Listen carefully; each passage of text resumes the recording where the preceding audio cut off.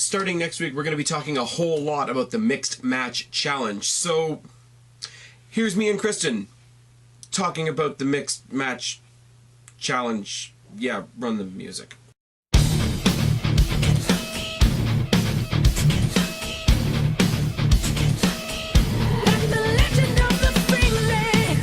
What's going on, everybody? It's your buddy, it's your pal Spaz Phoenix of YWC Reality Shack, and you know the deal. You don't see my pretty sexy face, so you know I'm not alone. We don't have Guapo. Guapo, unfortunately, had to bail, but I do have a very tired and less than energetic Kristen. What's going on, Kristen? Woo! And we're here. That's all the energy I had left. There we go. Well, we're not really doing a tackle. We're not really doing a pay-per-view preview. We're gonna It's a fun thing. Yeah, we're doing a very sort of loose, like, sort of thoughts and opinions type thing, because next Tuesday, WWE starts their new tournament, the Mixed Match Challenge, on Facebook Watch, which will be interesting. But I don't think I've ever flat out asked you what you think of this whole thing, like what you think of this, like, mixed tag team tournament idea. I would like to say that, you know what colleagues are, right? Colleagues? Yeah, colleagues. Like like somebody coworkers? create a wrestler leagues. Oh, colleagues. Okay, no. Yeah, colleagues. So I used to be in a couple back in the day, and I was pretty much the only female that did promos in any of the leagues that I was in. And I had this idea like fucking years ago, so it's kind of like, it kind of makes you feel good inside. There you go. To see an idea to come to fruition. I'm excited about it. I think it's a cool thing to do that doesn't involve having to like have this like big storyline or anything to try and interconnect all this shit. Like, I mean, we have Sasha and Finn Balor on a team, even though he's kind of being a heel right now and she's clearly face. But like, none of that matters right now. Yeah. Oh yeah, if you read the initial, like, I've been waiting for this since they first announced it. I read, like, not the press release, but, like, WWE.com's equivalent of the press release, and they make a point several times of saying this will not be in continuity with any pre-existing storylines, which, to me, I think it means that we're just going to focus on a lot more athleticism, rather than character building, which is fine. I mean, there's some... I guess you could tell some stories with some of this, and obviously... Well, there already is some. I mean, with Miz and Asuka, they've already pulled the she's undefeated. Yeah. thing. I mean, the one thing I will say is, like, I do like tournaments. I think it's so funny that WWE has done so many tournaments in the past couple of years, and yet they don't bring back the King of the Ring. Every time they try to, and they crown a King of the Ring, they never do anything with that winner. Yeah, but it's still...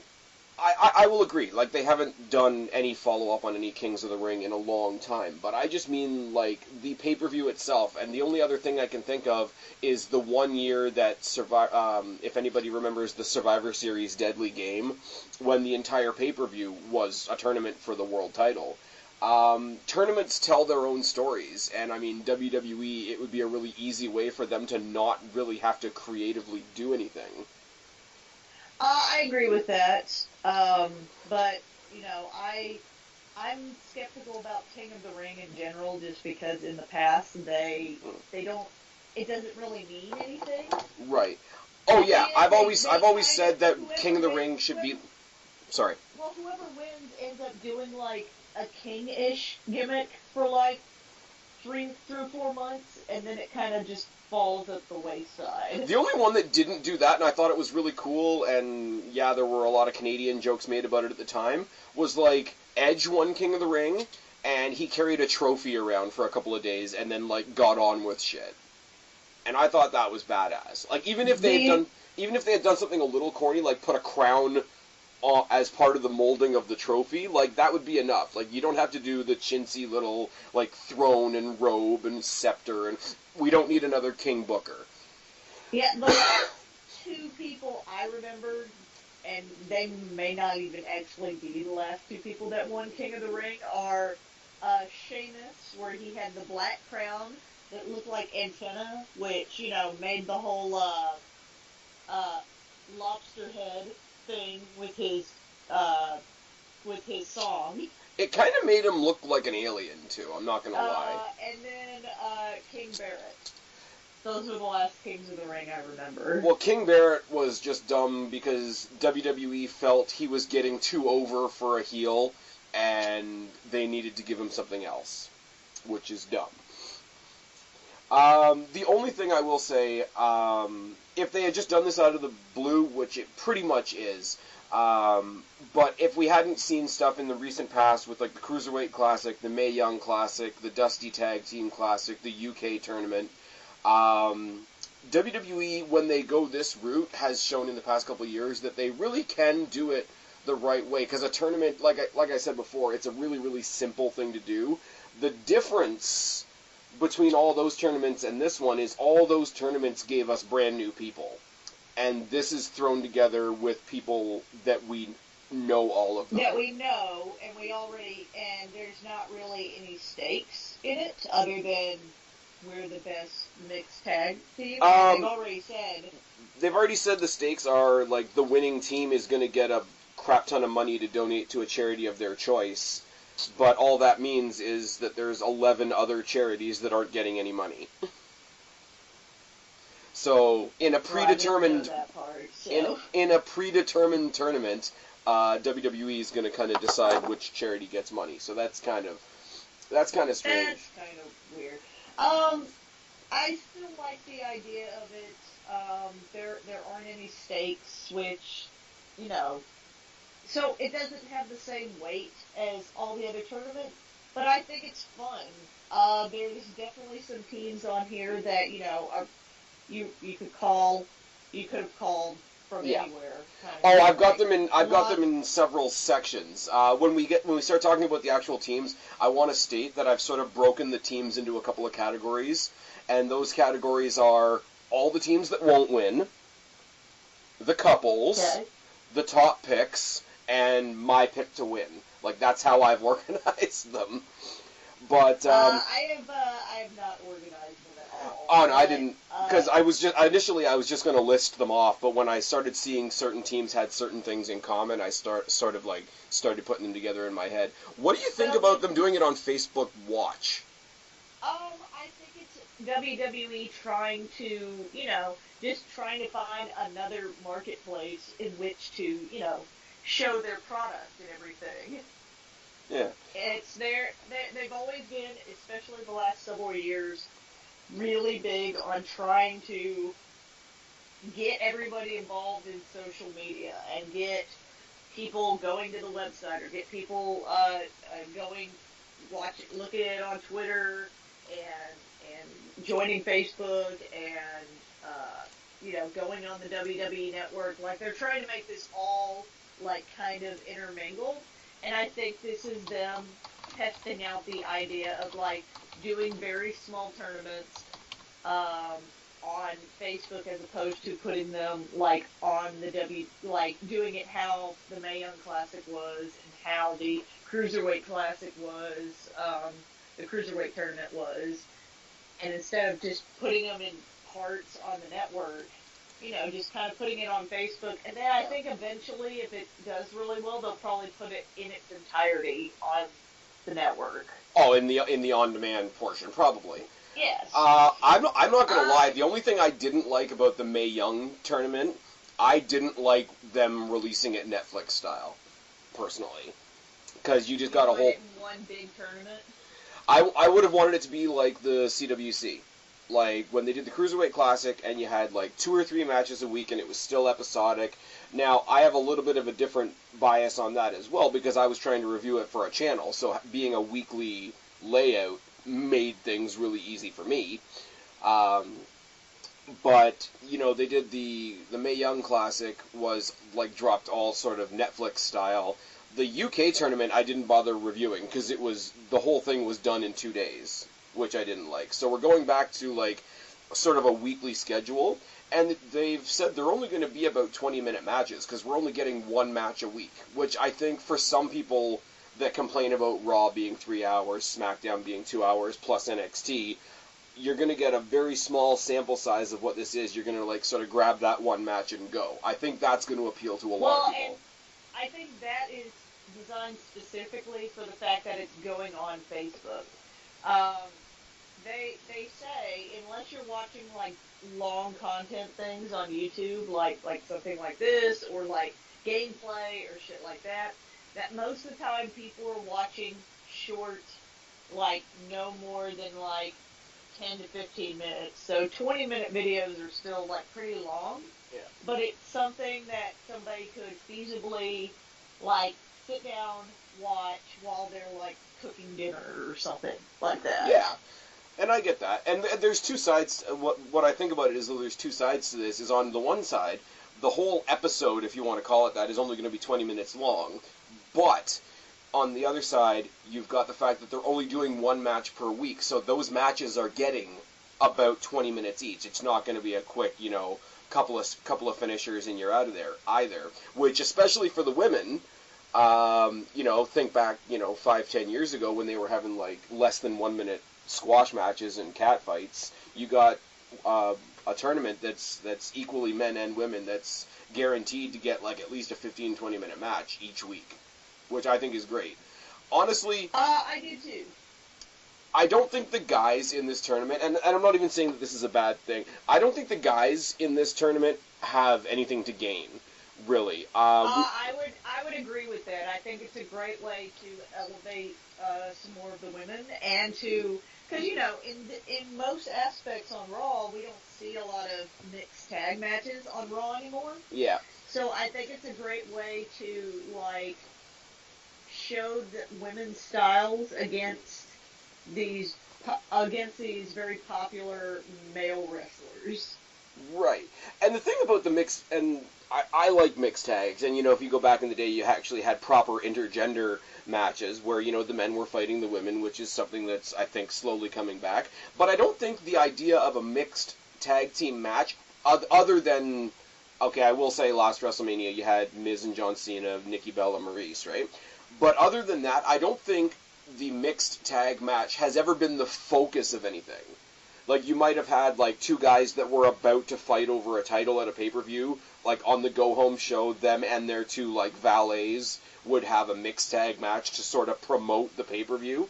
I don't think the mixed tag match has ever been the end game, other than WrestleMania last year. So for them to actually focus on this type of match is, I'm not going to say it's super great, but it's one of those, to be a little bit cliche, first time ever. So it's a different dynamic. The only thing I don't like about it is you can't have any tag team psychology in a mixed tag match. I think the whole idea of, like, making quick tags with your partner, always keeping the fresh person in, but never letting the other person tag, which is the... Yeah, because as soon as the male partner, the male team member tags in, then the other male... Yeah. The male on the other team has to go in as well. The only time they really use mixed tag matches in modern WWE, as far as I can remember, are in something like if there's a like something like Sanity, where there is a female member in Sanity, right. And, like, say she's having a feud with somebody in the women's division, and then Sanity is having a feud with somebody, they would have those two people they're having a feud with tagged together against this group. But again, to my point before though, like, say you're going into sorry. They did that with CM Punk and his group when it had Serena Deeb in it. Who might be coming back. Is she going to be bald in this one? She's one of the few people that I know that could rock the bald look. She was in the Mae Young Classic, and she has hair. I know she does. I know she probably... So are you asking me if she's going to shave her head again? That would be amazing, yeah. It kind of would. It would be a really, really nice dig at CM Punk. I'm not going to lie. The only problem I had with her shaving her head is that because her boobs are so big, it made her look like top heavy. It made her look like 3 boobs? Well, no, it didn't make her look like 3 boobs. It was just... since you didn't have the long flowing hair, the Ah. first thing you looked at was her ginormous chest. There was So nowhere she for always them to looked- hide. And she'd always wear these real skinny high heel boots. Yeah. So it always looked like she was at any moment about to topple forward. You know what I just thought of now that we mentioned CM Punk, which is completely irrelevant. If they do hire back Serena Deeb, they have Luke Gallows in the company. Joey Mercury works backstage. We literally have all of the straight edge society except for CM Punk. Except for Punk. That's really bad. That's really, really Anyways. bad. Anyways, the one thing I will say before we actually start talking about the teams, they announced the commentary team as well. It's Michael Cole. I mean, he's going to be in the middle of stuff, and Cole's not as bad as he used to be. No, he's gotten a lot better. Corey Graves is the best thing they have going on commentary right now. Absolutely. And the third color commentator, I can speak, I swear, is going to be Beth Phoenix. That would be cool. I'd like that. Yeah. And she's been all over social media, like, very lighthearted with, hey, everybody, go easy on me. This is the first time I've ever done that. And if you go in with that, it's very, very hard for you to look bad if you go into it being like, hey, guys, it's my first time. Cut me a break. Hey, it's my first time. I might suck, but, hopefully I don't. I mean, Daniel Bryan was good for the Cruiserweight Classic. The team of Daniel Bryan and Mauro Ranallo was a lot of fun. Lita and Jim Ross for the Mae Young Classic was a little hit and miss. I mean, I'm a huge fan of Lita. You know who's actually fairly good on commentary, who doesn't get to be on commentary very often, is Natalya. Apparently she's taking acting classes. Because she, anytime she is on commentary, she is both trying to, commentate on the match and everything, but also, having her quips back and forth, depending on if she's heel or face, with the commentators, too. Right. I think Natty's very underused. I mean, she's in this tournament, but, if I was going to throw somebody in just randomly, Natty's actually pretty good on commentary.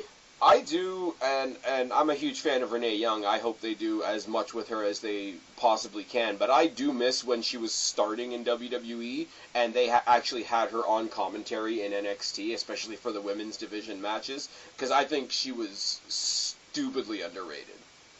And she's just such a fun because she's not just another backstage person, she actually has some character to her. I hope at some point that they put her back on commentary. Well, we'll see what happens. Shall we talk about these teams now? Shall we talk about these teams? I'm basically going to read off a team, and we're going to talk about if there's anything to talk about. Sounds great. The number one team... Okay. Wait, hang on. Can I make a request, though? Because I just want to get it out of the way. Sure. Because you said you had a category of couples. Can we just knock that out real quick? You want to do the couples first? Yes. Okay. Naomi, Jimmy Uso. These were the ones that when they were, announcing everybody's partner, that I was like, that one's not surprising. They essentially stuck all the married couples together, with the exception of Miz, who, his wife is pregnant right now. Well, yeah, you can't really do that. It's the same thing with, if Mike Kanellis was wrestling right now. You can't exactly have Maria because she is also pregnant. Yeah. Everybody's breeding in WWE. Friggin', what's her name? Christy Hemme just had quadruplets. Yeah, I saw that. That poor woman. Oh my god. Fucking Clown Car Jones. Jesus Christ. That sounds fucking terrifying. Why, Kristen? How many do you Not that. That is fucking terrifying. That's like the fourth one just walks out swinging a cane. I'm just saying her vagina is a flume ride at Disney World at this point. Wow. And in 2018, you will get away with a statement like that, and I will not. That's just the truth. I'm just saying Christy Hemme could get it. But that's another story for another day. Okay, since you're going to talk about the couples first, I want to talk about something really funny. I'm going to try and not be biased about Naomi for a second. I really am. Okay. But I am 2018, new things are happening. No, there are going to be future videos about things relating to Naomi. But Usos, from where they were a couple years ago to now, Usos are the best overall, like, character and in-ring combination tag team on the main roster. Agreed. As far as, like, the biggest turnaround or whatever, I really, really, really hope that they don't take this and make Jimmy Uso look like a goofball. And I say that because there's been 2 separate WWE.com exclusive things that people have sent me because they know of my opinions of people. And both times it was sort of like, let's all goof off, let's all, you know, make somebody look silly type thing. Like, they did, recently they had Breezango dress up like, Ascension. The Impressions thing. The Impressions thing. I saw those videos. But they've had Jimmy Uso come out, and they've made him do Naomi's entrance more than once. And it's bad. You don't like it? You think it's dumb? I do think it's dumb. I mean, the whole Impressions thing is dumb in general, but, like, the Usos are on such a badass roll right now, where they could be, like, fun, in-your-face, violent, like, on the turn of a dime, like, because they're so unpredictable. But remember, this doesn't have anything to do with continuity. I know, but, like, certain things you can't forget. You know, like, William Regal is an awesome general manager on NXT, but the fact still remains that he did kiss Vince McMahon's bare ass on national television. Didn't he drink Jericho's piss, too, with them? Didn't Jericho, like, pee in his tea at some point? It's implied, yes. But, I will cringingly admit that Naomi does have some athleticism. Jimmy Uso, both Usos' intensity is It is 2018. That was a compliment on Naomi. I've never said she wasn't athletic. I said she's a bad wrestler. There's a difference. Anyways. Mark Henry is an athlete too, but he's not the most entertaining guy in the ring. But no, friggin' if Jimmy Uso can keep up the intensity that the Usos, plural, have had in the past little while, like, they could be an interesting team. And obviously, they're going to have some charisma and they know each other pretty well. I mean, they're fucking, so that's a thing. These 2 tag teams, to me, I think are, I don't want to use the word lazy. I don't have another word to describe it. I think they're the easiest ones. I think the Naomi and Jimmy Uso thing, because especially when Talking Smack was a thing, they did reference it a lot. So I think it's just one of those things that kind of exists in the background. Lana and Rusev makes me laugh so much, because Rusev and Lana got shit on and punished storyline-wise for so long after their, like, marriage became public because Vince didn't want anybody to know that they were a couple and whatever, and now that's exactly what they're playing up in the name of this tournament.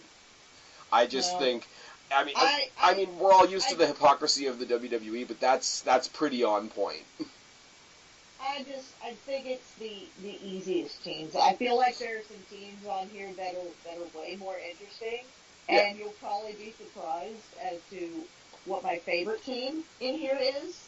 Oh, you're probably gonna be surprised if someone was to say to you, "Hey, what team do you think Spaz is picking as the number 1 pick?" I don't think you would pick my number 1 pick. I'll just say that. I don't think the team I like the most is not necessarily my number 1 pick. My number 1 pick is the one that I think is going to win and the one that I find most intriguing. No, those aren't the same things to me. No, they're 2 different things, but they both happen to apply. Okay, I want to quickly buzz through the category that I've dubbed Everybody That We Know Won't Win. Okay, go ahead. Nia Jax is teaming up with Apollo Crews. Now, that one was odd to me. That's odd. Because they were kind of pushing the whole Enzo and Nia Jax thing, but I guess he got sick? He got sick. Apparently some of these matches have already been taped. Apparently, like, there was a quote-unquote a warm-up match, and I mean, he's not in the thing at all, but apparently it was, I don't know, it was Corbin and Natalya versus somebody. I think they did it before a SmackDown, like 2 weeks ago. I think they wanted to fool the internet into thinking, like, hey, we'll put on this match, people will think it's part of the tournament, everybody that thinks it's part of the tournament that reports it will look like an idiot, and then we won't get spoilers, but Corbin's not even in it. Yeah. I would honestly, shoot me.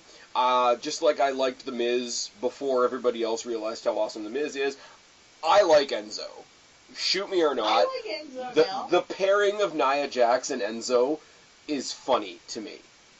Like I like Enzo. I like Enzo as a heel too. Like I like that he's essentially doing the exact same thing, exact same gimmick, but being like a dick to faces. Yeah, now. But he's so delusional with his greatness. Have you? Yeah. Are you watching? It's it's a little reminiscent of when Daniel Bryan was heel with the heavyweight title, and he would win like via countout and celebrate like he just won the thing at fucking WrestleMania by submission. Yeah. Have you seen the interview that Corey Graves did with him? That like no. Straight to the source thing. I want to believe it's a bit kayfabe, but if that's like actual Enzo, like he's a fucking dick. Like he called out like Corey Graves on the spot for being a washed-up wrestler who like fucked himself up and can't fight anymore, and that's why your kid impersonates you instead or me instead of you and shit. And like he walked out. That was a dick move. Yeah, I don't want it to be real because like if it's real, that's not cool. But at the same time, like if he is that much of a dick, I'm kind of with it because then it makes me seeing him being a dick on screen even more. Well, this is all dirt sheets, so, take it with a grain of salt, so you never know what's real and what's not. There's always the rumor floating around that, like, nobody backstage is a big fan of Enzo anyways, right. And that, like, he always has to, like, dress alone and shit like that. Oh, yeah. So, I wouldn't be... If all of that's true, I wouldn't be surprised if that's... Yeah, but you know who else went through that though, and I got to go back to my boy The Miz, and Miz now, like you hear everybody talking about The Miz now, like people in the business and fans too, like he's one of the biggest assets WWE has. Like whether people want to admit it or not, he's a great ambassador. He does like he's getting up to John Cena levels, like with the charity and shit. Like he's gone off. Oh, I would say he is at John Cena levels, just because he does the talk shows, he does morning shows, late night shows, commercials, movies, charities. Like he does the whole goddamn thing. Miz is one of those people that's first one in, last one out. Oh, for sure. Building kind of shit. Yeah, he's never gonna be an indie darling. Like he's definitely on the super. He's happy with wherever they put him. For sure. If fucking give me the Intercontinental title, I'll make that shit relevant. Give me the U.S. title, I'll fucking make that shit relevant. Put me up against Jason Jordan, I'll make him fucking relevant. Yep. Whatever, he'll just do it. I was a Miz naysayer back in the day. Yep. I will say that honestly. I was a naysayer. I thought he was funny when he was in, when it was the Miz and Morrison. Yep. With the big Uso style shorts. Yes. And the faux hawk. The long shorts and the fedora and shit. And he had that shirt that was chick magnet. Oh my God! Yes, that was good. I was a Miz naysayer. And see, here's the thing, and proven wrong. Yeah. Here's the thing that I'll say about The Miz, and we're going to be talking about The Miz in a minute. Anyway, when we get to his team. But, like, as a fan of his, I'd love to see him get another shot at a world title, but he is custom-made to rule the mid-card. He is, and I also think, from what I've heard about him, that he doesn't really care about having a main title anymore. Right. Like, he's like... I got my run. I got to like headline WrestleMania and shit, and sort of. I would say sort of, but Yeah.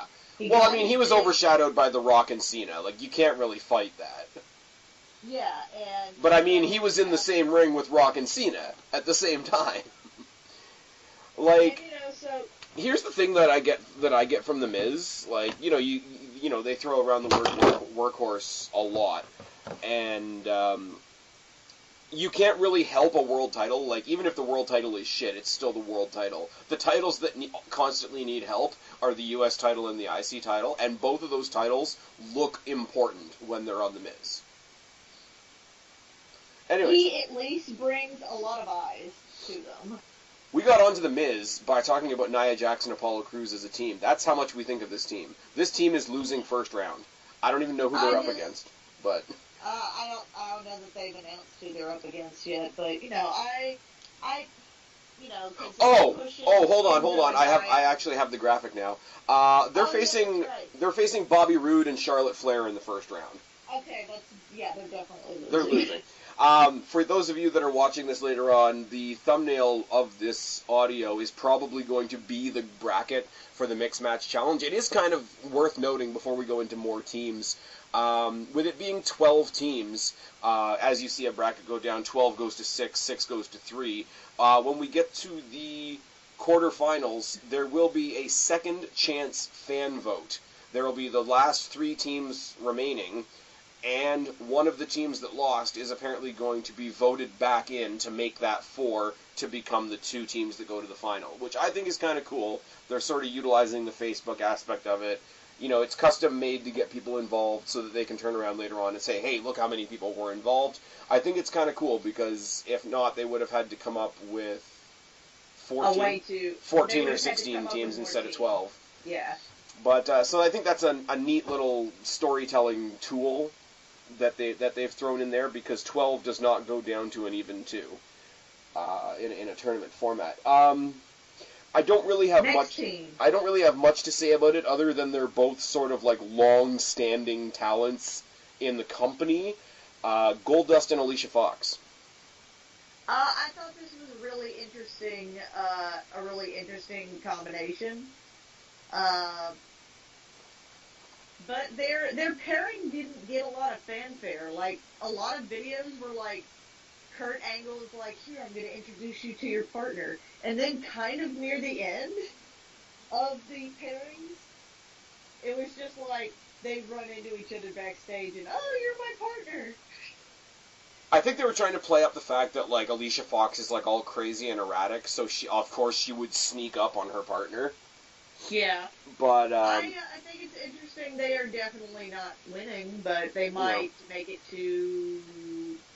How many rounds are there? 3? There's the first round, second round, third round, and final.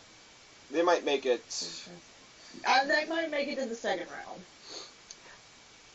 Yeah, I don't... And, you know, I'm trying to figure out the words. I don't have a whole lot to say about Alicia Fox.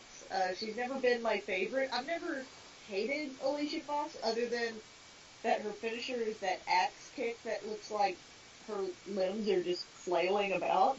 I think what she tries to do is, do you remember Christy Hemi's old finisher? They gave it some retarded name in TNA. I think it was like the fire crotch guillotine, but it basically looks like she does the splits and falls on you, which I guess in TNA's warped frame of mind, it's like, hey, you're losing to a crotch that landed on you. Hey, hence we have Naomi.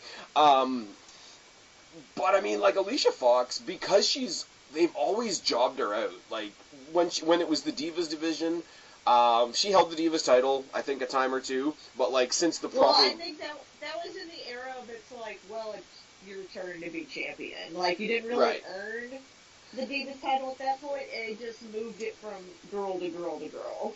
But I think it's a cool example of somebody who was around in the Divas era that has been pushed and motivated by the new talent that has come in. Because she's not terrible. I agree, but I don't think she's terrible. She's never been on my, like, any of my top lists or anything like that. The crazy thing is a little overdone. Like, she doesn't come to it as naturally as somebody like an AJ Lee or a Nikki Cross.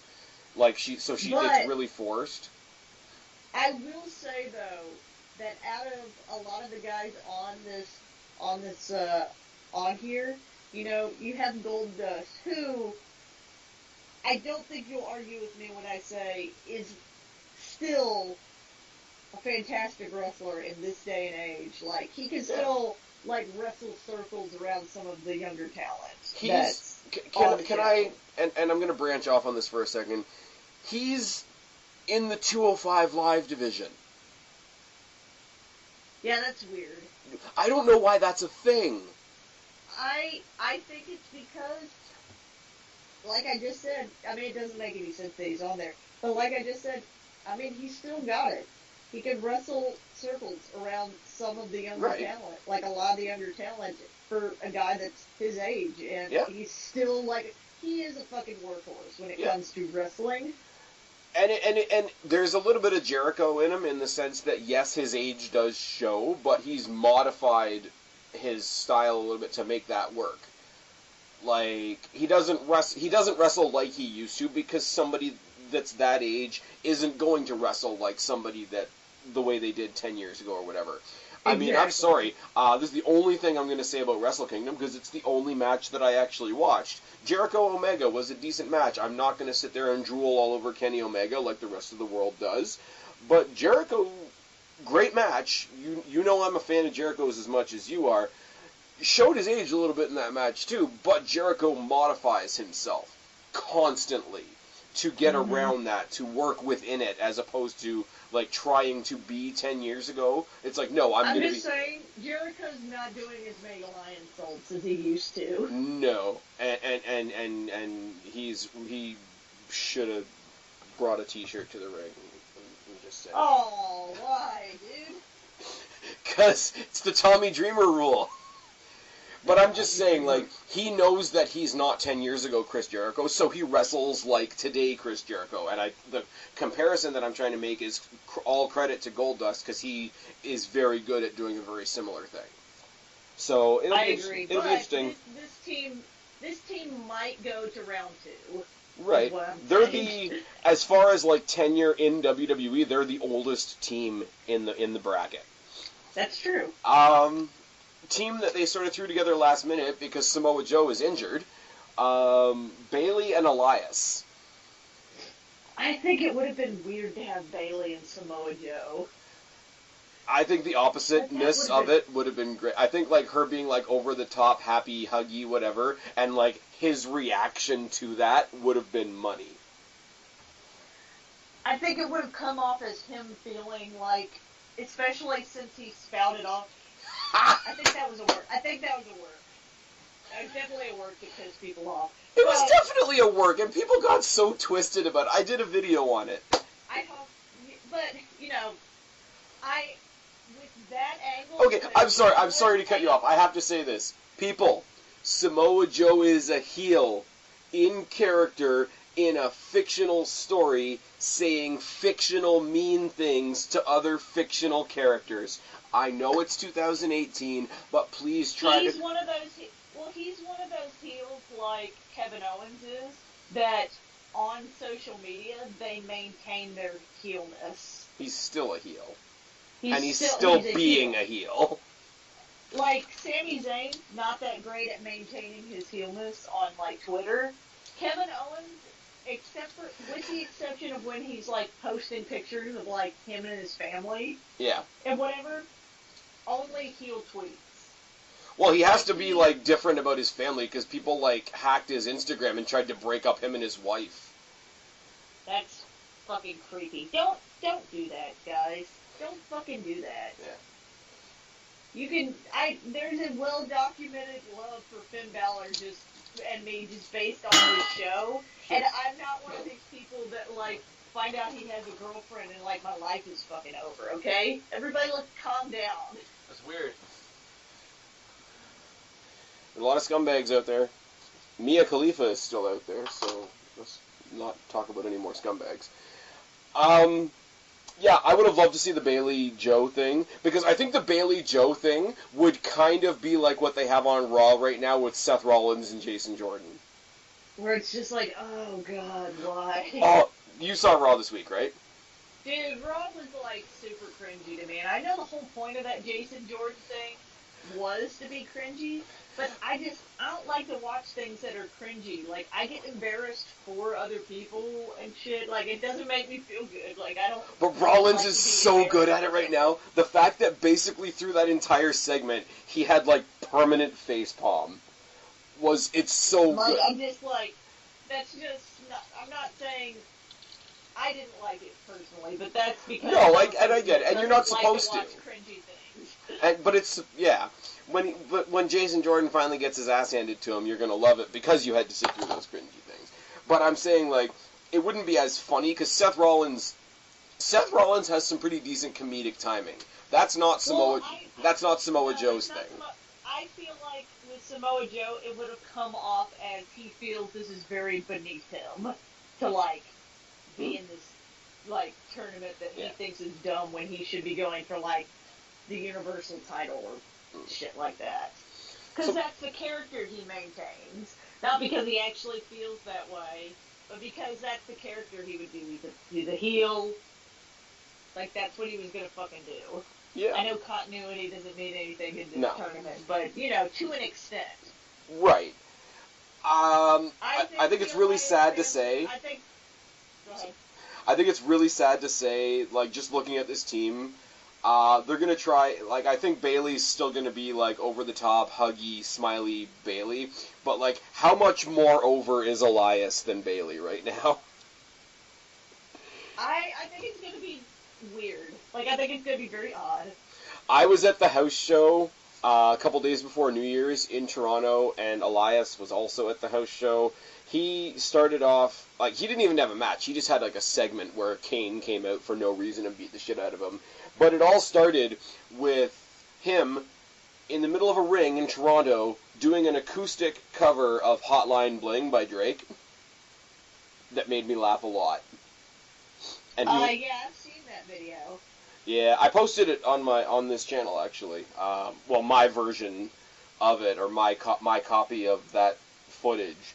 But it's just like, he comes out, he does the gimmick that everybody loves, he gets cheered, then he snaps at the audience, they boo, then he starts going in the ring, and he gets cheered again. Like, he's winning on every level.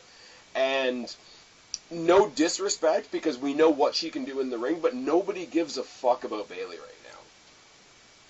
That's true. They did to her exactly what I was afraid of when she came to WWE, which is like she's like too faced, like too like good and sweet and everything, and it worked in NXT when you had like really bitchy heels for her to like play off of. But also there is that element of, like, even if people didn't like her in NXT, we'll let it go because it's NXT. NXT can do no wrong, and plus in NXT, you get to see what she can do in the ring more than on the main roster. So everything that was, like, maybe biased for her. The only heel that she can really go up against where her character, like, isn't just squeaky clean, like, where her squeaky clean babyfaceness makes sense, is Alexa Bliss. And how many times can we have Alexa Bliss versus Bayley? I don't know. How many times do we have Charlotte Flair versus Sasha Banks? Yeah, too much. Too many Hot times. Potato Jones. Sasha Banks with the 5-head.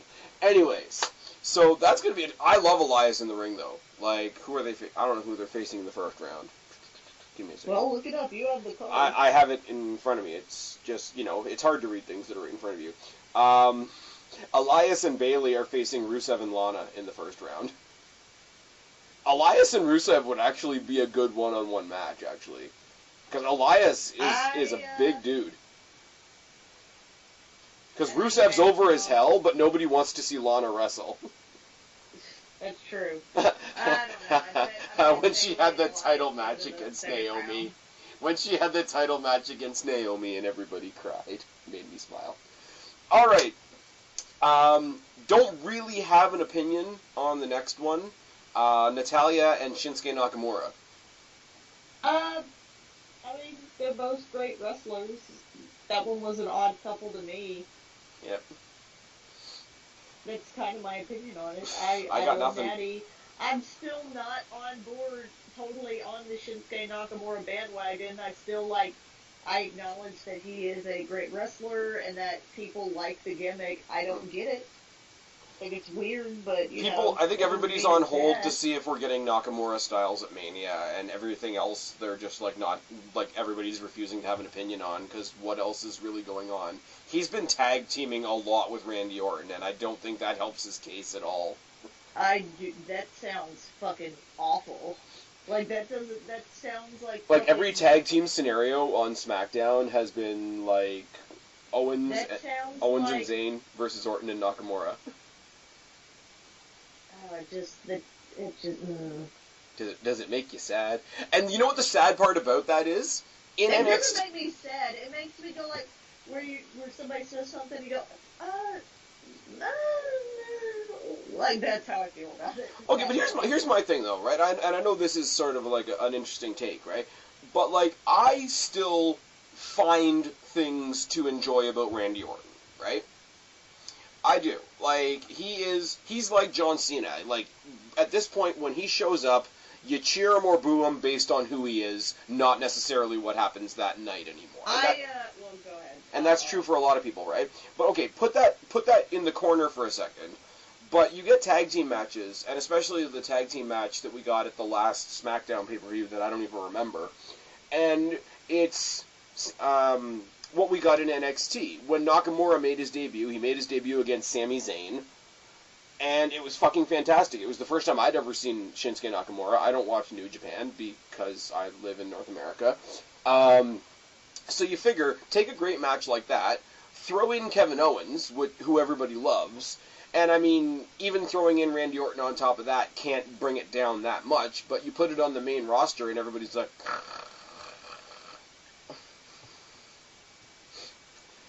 Unfortunately, my problem with Randy Orton is that I don't think he's bad. I mean, clearly he's a good wrestler, but I just feel like he's bland.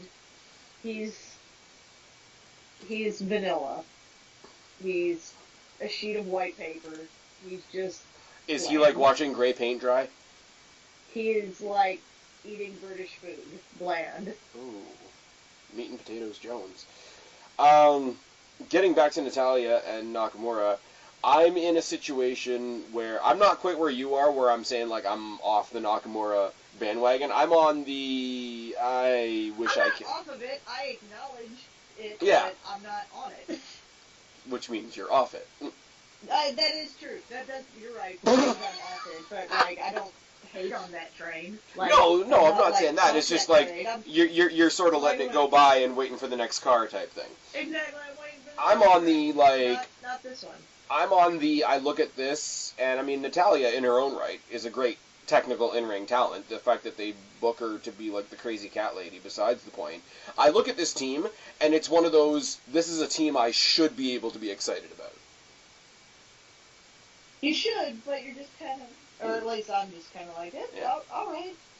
All right. See what happens here. And I mean, the opposite of that is a team that I think is going to be pure fun, and I think it's whatever they do is just going to make me laugh, and that's Carmella and Big E. Oh, yeah, I didn't think you were going to say that. Oh, that one's going to be funny. That one's going to be like... Have you seen the videos of her on Instagram, and like her workout regimen consists of like lifting pancakes and like eating while she's doing sit-ups? I have not. That's fucking hilarious. The pancake thing is getting awkward, though. Like, the whole thing with New Day and the pancakes that, like, Big E is, like, pulling out of his trunks. Like, yeah, whatever. It's getting weird. I'm just, like, when it comes to New Day, I'm just kind of, I'm very, like, lenient. I'm kind of like, oh, alright, whatever. I don't know, like, I was with the lot of people that said that they were super stale until they had their rivalry with the Usos, and... Now I'm just like, Usos and New Day can fight every week. I don't care. Like, it's great. Usos are doing their thing with Benjables now, but then on the other side of the coin you got Ascension and the Bludgeon Brothers, because that's fun. Anyways, not what we're talking about tonight. So, let's get into the 4 teams that I think are top picks, but I don't think are going to win. Okay. Talk about a team of opposites. 2 fairly popular superstars, but pretty opposite in character. Finn Balor and Sasha Banks. Especially opposite in character right now. But continuity doesn't mean anything. I don't know if WWE was trying to just, like, because clearly everybody in WWE wanted Finn and Bayley. Yeah. Just based on the goofy stuff that they do that they did in NXT on house shows. Like, where they would do each other's entrances and shit. Yeah. And unlike Uso and Naomi, it was actually cool and not meant to make people look retarded. Exactly. But, Sasha and Finn, they're both characters that everybody likes Finn. Everybody likes Sasha, so they're like, fuck it, we're gonna combine these two fandoms into one team. Yeah. And actually, Finn Balor and Sasha Banks are taking on Nakamura and Natalya in the first round, so that should be good. And also, I'm kind of enjoying, I think Finn is the one retweeting them, but I think Sasha might be too. There's a lot of people making little, like, fan arts. Yeah. Where, like, Sasha's in the douchebag Finn Balor Rockstar. Oh, the Rockstar douchebag jacket? And he's in full, like, demon gear wearing the boss glasses. Oh, when they made their announcement, he was wearing the boss glasses, and she's like, well, what do you think what do you think about being my partner? He's like, I think it's really hard to see out of these glasses. You know what? Out of all of them, Finn hard to see out of these glasses. Out of all of them, I think Finn Balor is the one potentially that's having the most fun with this, and that's always good to see. I constantly think he's having fun. Well, especially now that they're letting him do a little bit of the Balor Club. Yeah. I'm down for that. I mean, he's back with his buddies. He's getting to be a little bit of a dick, so he's having a lot of fun. He's getting to be the douchebag part of Rockstar douchebag Finn Balor. But I mean, also, like, when you're a bad guy, it's so much easier. When you're the good guy, you have to be, like, moral and upstanding and whatever other words you want to throw out there. But also, like, Gallows and Anderson. Like, what were they doing for the longest time? They weren't doing anything. Yeah. But, you know, I feel like in a lot of things Finn does, he's still having fun with it. Like, even going back to the Goofy when he was going for that one night he was going for the Intercontinental title against, he wasn't going against Dean Ambrose. He was in a Fatal 4-Way. Yeah. And Dean makes a funny comment about, would you, for the love of God, man, eat a carb. Yes. Yeah.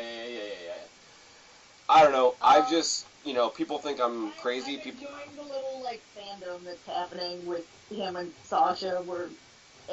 But, yeah, I don't think they're going to win, and I don't think it hurts either of them. No. If they don't win. I don't think anything's going to hurt any of the people in this because it's so removed from everything else. Yeah.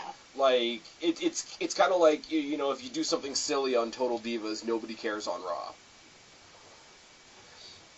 The one thing I will say is if AJ Styles belongs on SmackDown, obviously, because it's the house that AJ Styles built. But if they ever are all four of them on the same brand, I would say put Sawyer Fulton back into Sanity and have those teams go 4-on-4 at some point. Now that we're finally getting the Balor Club, I think as soon as WWE got the rights to the 2-Suite, they're like, okay, we got to put some people together so we can rub it in the Bucks' face. And I'm sorry. But, and I know they're great talents, I know they're a great tag team, whatever, but fuck the Bucks. Honestly. Fuck the Bucks. I guess.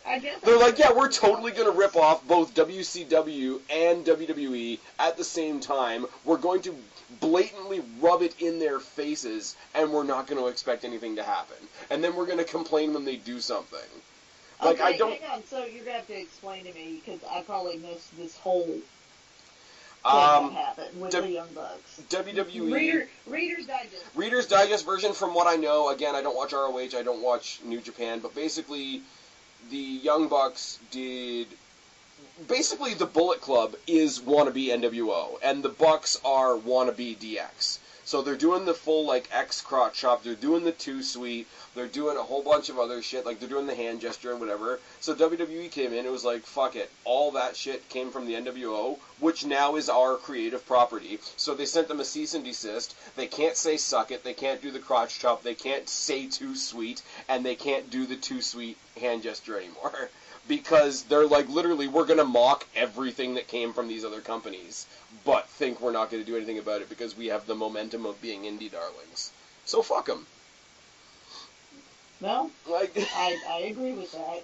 I mean, don't get me wrong. I remember Generation Me, the tag team, when they were in TNA. They're a great team. They're a great team. They're a great team, but I hated that name.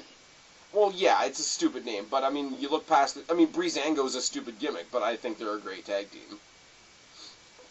But I mean, like, they're... Yeah, but it's a stupid, like, funny gimmick. That one's just a stupid gimmick. Right. But I mean, like, we're going to be so blatant about ripping you off that you can't call us on ripping you off. Like, no, that doesn't work. It's like, okay, I'm going to steal some chairs out of your backyard, but don't you dare, tell anybody that I stole the chairs out of your backyard, or else you're the bad guy. I'm like, I'm not a WWE apologist, but WWE's right in this case. Moving on from the Young Bucks that can go fuck. One team that has gold written all over it that I'm assuming other people will assume are going to win is Bobby Roode and Charlotte Flair. I like this pairing. It's two people that I wouldn't think go together, and then you put them next to each other, and they totally go together. Fit, and they just fit. And I know most of it is like they're both wearing like the robes, but you also think of like their wrestling style and their character. And their tenure, and their just insane in-ring ability. Exactly. Like it's a team that I didn't think wouldn't have thought to put together, and then you put them next to each other, and you're like, it just... And you start stacking it up. Fucking fit. Exactly. Just fucking Here you go. And I know people talk about women, when are women going to main event WrestleMania, which is a discussion for another day. Here's a team of two people that I wouldn't mind main eventing WrestleMania. And Who are they facing the first round? Who are they facing in the first round? Where is it? They're facing Apollo Crews and Nia Jax. We already said that.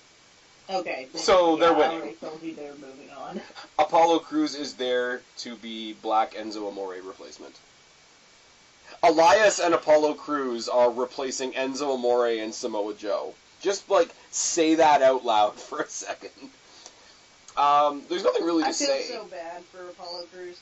Never mind. We were not going to go into that. We've already passed that. Moving on. Yeah. Hey, they got a win on Monday. Hooray. Titus Worldwide. I hate to admit it, but I'm actually really starting to like that team. I like it because... Dana Brooke doing the whole Stacy Keibler managerial gimmick is pretty good. It's pretty money. Roode and Flair, though, getting back to that, there's every reason to believe that they would win this. I definitely think they might make it all the way to the end. I wouldn't be surprised if they were one of the last teams. Okay. So now we get to the two teams that I'm pretty sure people think I want to win. One of them being Asuka and The Miz. This was a team that's like Goldust and Alicia Fox, or not Goldust and Alicia Fox, Natty and Shinsuke is weird, but this is weird in a good way. The Miz's few flaws are filled in by the fact that Asuka is a fantastic wrestler. The Miz isn't shabby, but yeah. The Miz is functional in the ring, and the rest of it is all charisma. Asuka has charisma, but no. I feel like that's what she lacks the mic skills that he has. Yeah, but the thing is that I will give Asuka credit for is she doesn't have the mic skills, at least not in English, but it doesn't keep her from having charisma. That's true, and the few things she does, the few promos she does do, in English. They're short, sweet, to the point. Really needs. That's all she really needs. I think they're starting to get better. She yells in Japanese, and that intimidates people. Well, yeah, but I mean, there's a lot of people, and I mean, not so much Jinder Mahal, but I mean, you look more to the people that are from Japan. I mean, Hideo, Tozawa, Nakamura, Asuka. They're getting very good at that short, sweet, and to the point promo, but it works. Because, friggin' Shinsuke talking to AJ Styles and Orton on SmackDown. I mean, SmackDown's the last main roster show that I watched, so it's all in my head right now. But they're all talking about who's going to win the Rumble. Orton says a bunch of stuff, Styles says a bunch of stuff. Shinsuke Nakamura just kind of sort of Michael Jackson's by and too sweets the title, and just looks at Styles afterward. He's like, okay, good talk, and leaves. I think it's funny that friggin' even Nakamura is doing the two sweet. And like I said, I don't hate it. I can't knock it, but it's just not for me. Yeah, no, I get it. But it's the same thing with Asuka. The nobody is ready for Asuka, or when she came out to talked to Alexa Bliss, and all she really said was, Women's Royal Rumble. Sounds like a good idea, or something like that. And then just knocked the fuck out of Asuka. Out of Alexa Bliss, rather. That's the other thing, too, with Asuka, with her charisma. Like, it's charisma mixed with violence. Yeah. Like, I think she's the female Samoa Joe. Well, and so what I'm saying with this tag team is that I wouldn't say they lack what the other one has, but what the other one has enhances, like, yes. The fact that Miz is the talker can enhance the talk that the mic skills that Asuka has. Yeah. And the fact that Asuka is such a much better wrestler enhances Miz. Like, they you know, they... Do you remember when Paul Bearer... Everything I think of. Here's a really odd comparison, alright? Remember when Paul Bearer was still around, before Undertaker was, like, super talkative, and he would go in the back, and they'd be in the funeral home or whatever, and he would go on a big tirade about what Undertaker was going to do to you, and then, like, Undertaker at the end would be just, like, whoever he's facing, like, Shawn Michaels, you're gonna rest in peace. Like, I could see Miz and Asuka, not that it's at all the same, I could see them doing a very similar thing. Like, Miz could cut a whole big, like, superstar promo, and, like, he could just turn to Asuka at the last minute, and she'd be like, they're not ready. Nobody's ready for Asuka and Miz or something. They could be Asuka. No. Absolutely not. Alright. One of the first teams that was announced, and it just put a big smile on my face. It's not the one that I want to win, but it's kind of the team that has my heart. A little bit. Braun Strowman and Alexa Bliss. I liked this one too, just because, you know, it's the odd couple in the sense that he's huge and she's tiny. And she's such a good character, and she could do, basically, fucking any team that's had, like, a little person and a big person. Friggin', like, Hurricane and Kane, or, like, when you had JTG and Shad, when Shad was fucking huge, but JTG would shoot his mouth off, or Enzo and Cass. Yeah. Like, this is going to be the really bitchy, vindictive, violent version of Enzo and Cass. And, I mean... agree.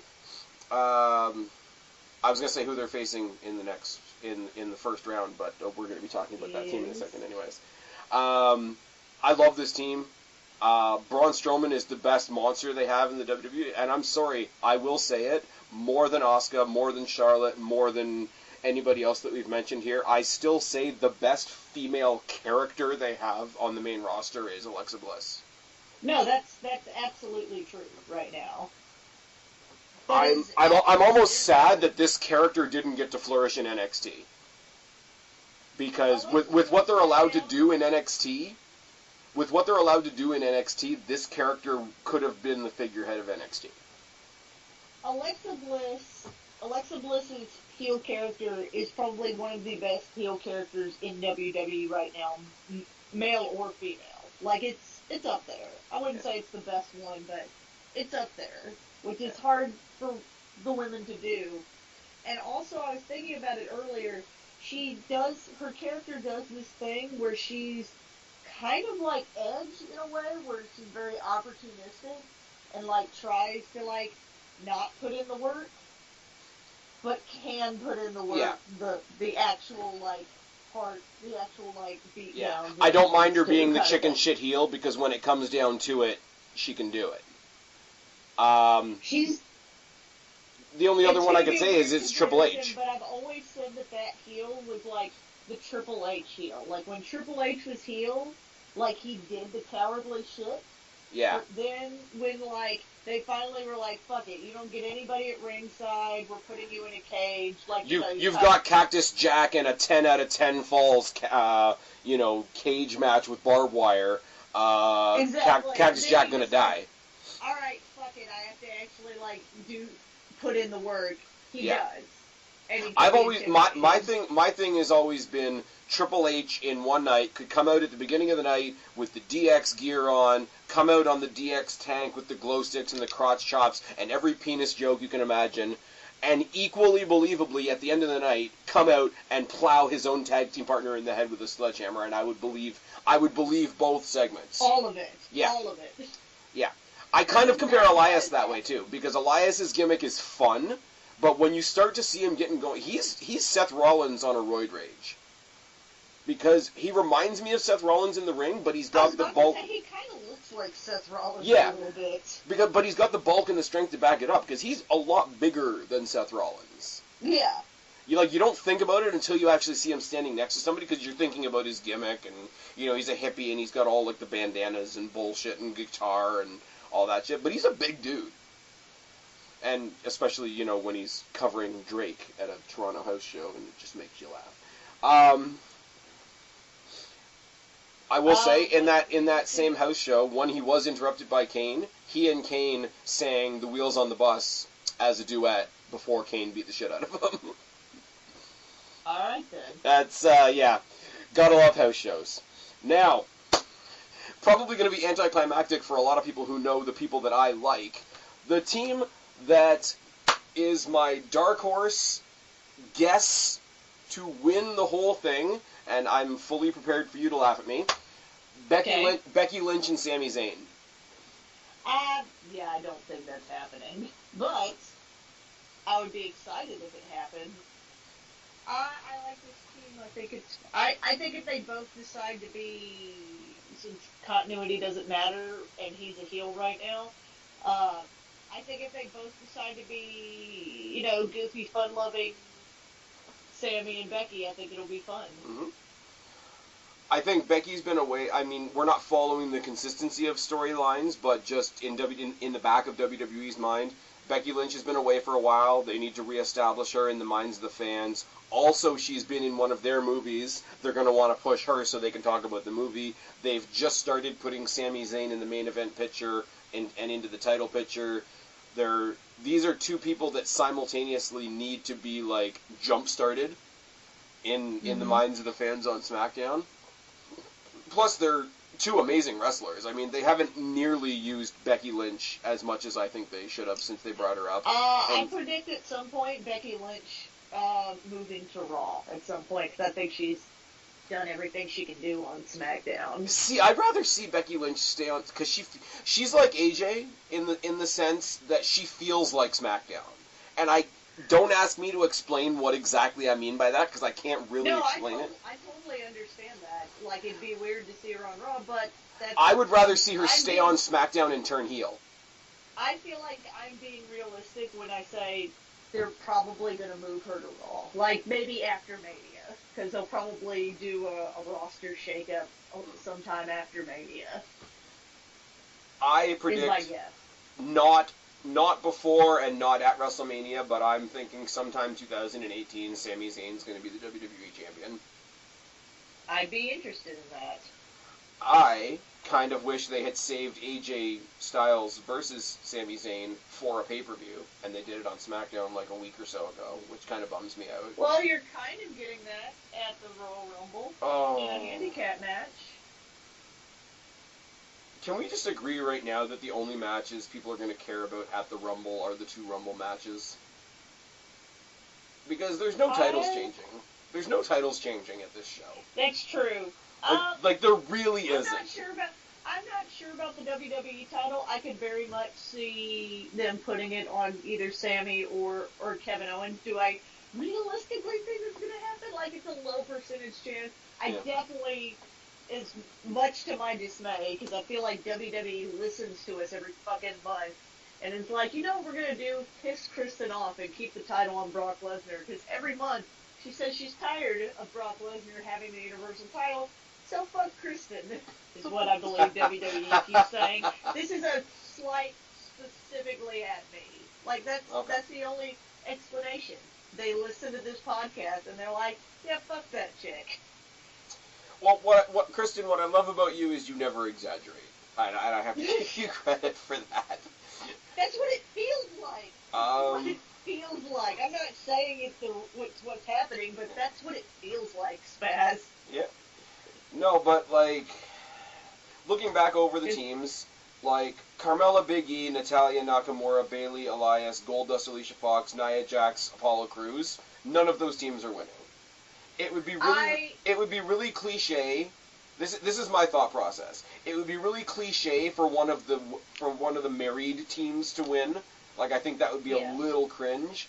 And I think Alexa Bliss, Braun Strowman, Asuka, Miz, Rude, Flair, Finn, and Sasha are too obvious to win. That's how I come to Becky Lynch and Sami Zayn. Because even though, like, there's no stakes in this, I think they would benefit from, like, an oddball reference like this to happen. Like, it's not Jericho talking about, oh, I beat Austin and Rock in the same night, but it's a little tiny thing, you know, like, one of them, because they're both kind of kooky, and it might be a kooky, odd statement, and be like, hey, remember when we showed all you guys on Facebook what two redheads can do, or some shit like that? Like, I can see them doing shit like that. Like, Sami Zayn is a heel, Becky Lynch is a face. I can see them both coming up with something like that. And I don't see... I don't disagree, but I feel like at the end of the day, this tournament is just going to be a fun tournament that they are trying to test the idea of putting small, like, tournament or small, you know, pay-per-view-esque things, like something like Beast in the East. Yeah. Some kind of like maybe 5-match, quote, pay-per-view thing on Facebook. Yeah. I think they're seeing whether this is a viable place to put small matches that they could then, you know, utilize a lot of the talent that they're not using. And see, that's kind of funny, because I always thought, I mean, I have the WWE Network, so I watch it on the WWE Network, but I always thought, like, the pay-per-view kickoffs and whatnot were on, like, Facebook and YouTube and shit like that. They're on YouTube. You can watch them on YouTube, the kickoff shows, and, you know, it's WWE trying to expand just another place for them to put content. Yeah. And, you know, it's Facebook, so it's fucking free. Mm-hmm. So, you know, they're other than, you know, putting on the match and everything, they're not even having to pay to, like, maintain the fucking site that it's on. Oh, yeah. So. All they're doing is rolling a camera, and these will be the dark matches for Raw and SmackDown for the next couple of weeks. Exactly. But you know what? I'm going to watch it. I'm going to be reviewing it on this channel just because it's something different. Like, I'm still not reviewing Raw and SmackDown because fuck it. I'm sorry, even like Balor Club and Broken Matt Hardy and all the shit. I was about to say, I'm about to look up a message from you. Where is it? Yeah. Where I type, let's see. Hang on, I gotta find it. Fuck. It keeps moving. I don't know what you mean by that. It keeps moving. I'm trying to find the message, goddammit. Oh, where you were talking about how bad Raw was? Yes. And yeah, and I mentioned to you the couple of things that were good. I said, is it just me, or is Raw extra cringy tonight? Oh, because you were talking about the Jordan thing. Broken Matt, Miz is back, Balor Club. I'm good. Yeah, I'm good, but the point of it being is I'm not going to review Raw. I'm not going to do a 5-minute Raw review that consists of, okay, Miz is back, Matt is broken, Balor Club, okay, see you guys later. Also, since I have your platform, I would like to say that even though I lost this bet, and you are being way better about it than people that weren't even involved in the bet. As to Are you talking about Guapo or extracurricular people? Extracurricular people. Oh, okay. And I've now seen the Woken gimmick, and I think it's just retarded. Like, I'm so mad, not that I lost this bet, but that I lost this bet over something that I feel is, like, such a stupid gimmick. Like, I feel like it's Bray Wyatt with zero charisma. Did you... Okay. I know me and Guapo asked you this a lot, but did you ever actually watch the Final Deletion type matches in TNA? No. Okay. Because I don't watch TNA, we know this, but I did watch the Final Deletion, Deleter Decay, and whatever the last one was, the Tag Team Apocalypto, like the ones that were actually done by Matt Hardy and Jeremy Borash, because they are things on their own, like outside of TNA, really. If you could see this gimmick, the way they originally created it, WWE's neutered it. They've made it, and he's doing the thing, but it's too polished. Like TNA is a shit company. It reminds me of when. It reminds me of when a wrestler like someone like The Rock or something like that, they come back and they do that thing where they just, catchphrase, gimmick, say shitty thing about something I did to somebody in the past, catchphrase. That's what it feels like. Yeah.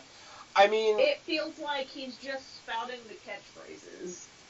Yeah, it is weird. And if you're saying that's not what the gimmick is, then I will tell you that the WWE version of this gimmick is stupid. Fair enough. The only thing I will say is when you watched it happen in TNA, and people told me this, and I will kind of agree, with TNA, you had the very odd dynamic of if you tried to explain what this is to somebody else, you couldn't do it. But it grew and it kind of morphed and it kind of changed here and there, and this random thing came up and that random thing. Maybe it's like Shinsuke Nakamura. Maybe right. Maybe it's just not like that. But I think having only seen the WWE's version of this gimmick, I think it's stupid. Yeah, I think WWE and Matt Hardy have the weirdness of like. WWE didn't come up with this and say, hey, let's see if fans like it. They knew that there was a large chunk of the audience that wanted this because they were already familiar with it and they already knew that it was a thing that was there. And now WWE/Matt Hardy has to please the crowd that already knows what this is and the crowd that has no fucking clue at the same time. It's kind of the way I look at the Bullet Club. Like the way they're doing the Balor, Gallows, Anderson. I'm sure eventually AJ Styles will be involved. I look at it the same way. Maybe. Hold on. Sasha Banks takes over. Now it's the Boss Club. The Boss Club. The Boss Club taking on Asuka. The Boss Club. I'm not gonna lie. There's a lot of shit out there that's about Boss Club. But you talk about the fan art with Finn Balor and Sasha Banks. Some of the fan art for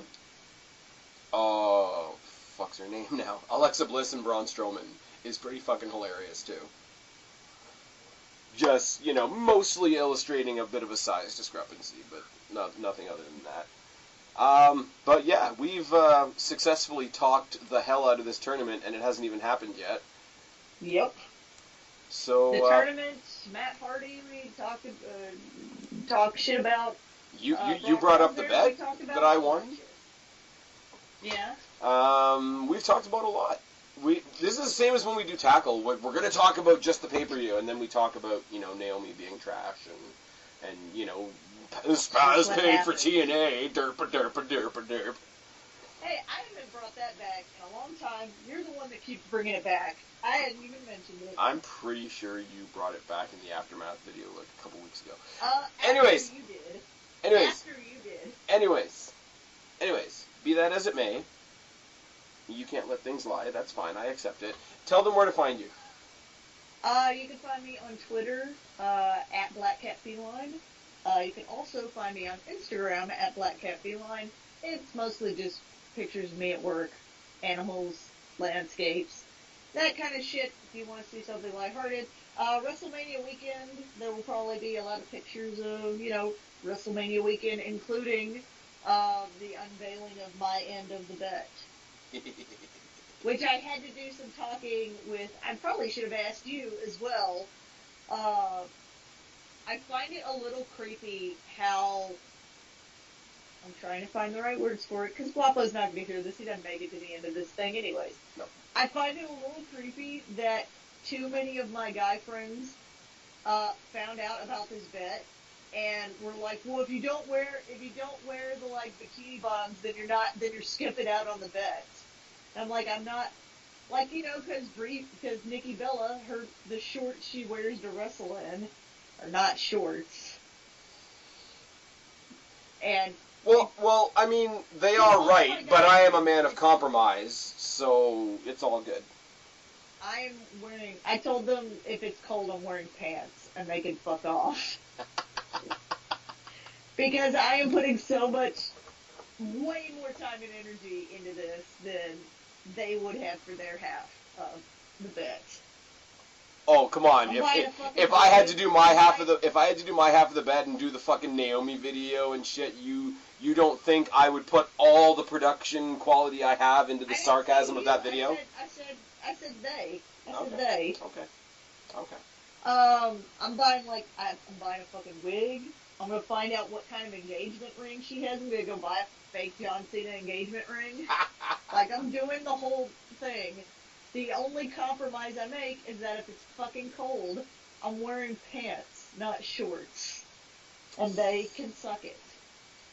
Because I am a good person of compromise, I think I can live with that. You gotta do me, like, a little, like, 10-second intro, and I'll use it for, like, one of my videos, like, randomly. No, it'll happen. Don't worry. Nice. It'll happen. Nice. Oh, yeah, but you have, like, other weird Bella with you. Yes, I will have a Brie Bella as well. People that are still listening at this point are like, what the fuck, guys? Sorry. Anyways. Yeah, Twitter and Instagram. That's where you can find me. Sorry about the side tangent. Twitter and Instagram. Are you and Monoxide and Guapo ever doing another podcast? Yeah, we did one last night. There we go. We did one last night. You can go check that out on Monoxide's channel. And I think it's Monoxide 1, 2, 2, 3, 3, 4, 5. Fuck, I don't know. I've found if you just Google Monoxide, you get there. There you go. Yeah, just Google Monoxide on YouTube and you'll fucking find it. I don't know if he's posted it yet, but we did one last night, kind of talking about everything. It's real like. Is it real random? Well, it's. Because I asked Monoxide, so what is this podcast going to be about? He's like, well, we're just going to talk about, like, you know, everything that's happened since we've been gone. And I'm like, wow. We've been gone 4 months, dude. That's a lot of shit. And that we talked about a lot of shit. It was very, very rambly. Rambly? As tend to be all of our podcasts on that end, true. because unlike Spaz's magnificent format, where he kind of tries to keep us on some sort of track, the hashtag for that show is #OffTheRails. That fails so hard, like 99% of the time. Dude, at least there is a structure to this show. This show has an amazing structure compared to that show. I love Monoxide now, but the show's format is just chaos. It's nice. Anarchy. We got to start reviewing NXT takeovers again. For some reason, I thought you were going to say we should start reviewing our other podcast. I don't know. What, like, you want me to listen to the Monoxide show with you guys and review it? That's what I think dumb, but for some reason, that's the first place my brain went. I think realistically speaking, and if anybody's still listening at this point, put it down in the box below. If you want me and Kristen to start reviewing the NXT takeovers again, say something and I will get my lazy ass up to do it. I promise. Pop it on like right after the show. I will do it. Right after the show. I mean, you got to put something on your channel. Do I? But do I? Okay. Anyways, I think we've rambled long enough, so I'm going to do my doobly-doo here. Anyways, she's been Kristen, I've been Spaz, we are your YWC Reality Check. Subscribe up there, talk down there, start a conversation. Keep all these conversations going. What do you guys think of the Mixed Match Challenge? Don't be a stranger, I'll talk to each and every last one of you later, but for right now, me and Kristen are tagging out. Bye, guys. Bye, guys.